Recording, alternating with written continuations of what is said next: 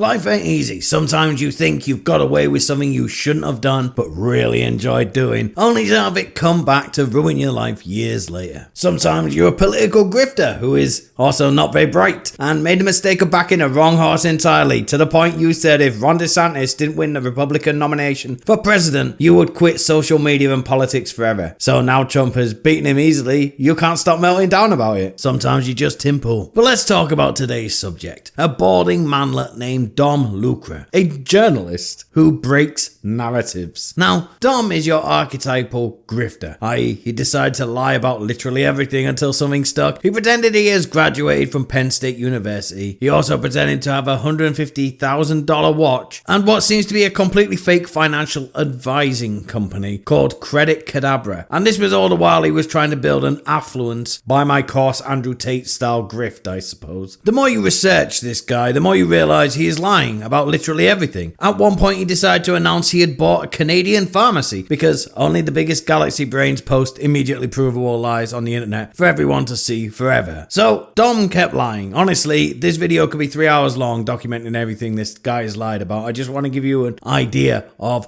what he's like. But we need to move on with the main subject of the story now. So he kept lying in the hope his grifting will take off, but nothing seemed to stick until last year when in June, Elon Musk decided Twitter should start allowing users to monetize their tweets, which in principle is a great idea to give back to the users. For instance, Elon bought me a nice bottle of whiskey this month as a thank you for all the hilarious bullying I do on his website. But it has also given rise to the engagement farmers, where they post the most obvious outrage bait and then state that this is how life is now, even when it's just an isolated incident. And Dom was one of the best at this. He went from extremes no one else would for his Twitter books, leading in a ban for posting actual CP, which for some reason got overturned and he was allowed back on, where he really settled into his groove, where he would make a thread about someone and say they had been selected to be exposed. And in it he would post no new information and expose nothing and just say they were PDF files at the end of it. But this is the type of content the lowest of IQ people eat up, so Dom was on the gravy train well and truly. He became such a prominent account on the platform, he reached Grifter's Valhalla, the Timcast podcast studio. Life was going well for Dom. People actually believed he was a real journalist. Who cares if this journalist doesn't even know how to spell finessed on his profile picture? It says in the name he is a breaker of narratives. He must be trustworthy. So Dom's having a great time, sitting around lying every day, stealing other people's content and putting his watermark on it and getting paid for it. But he had a problem.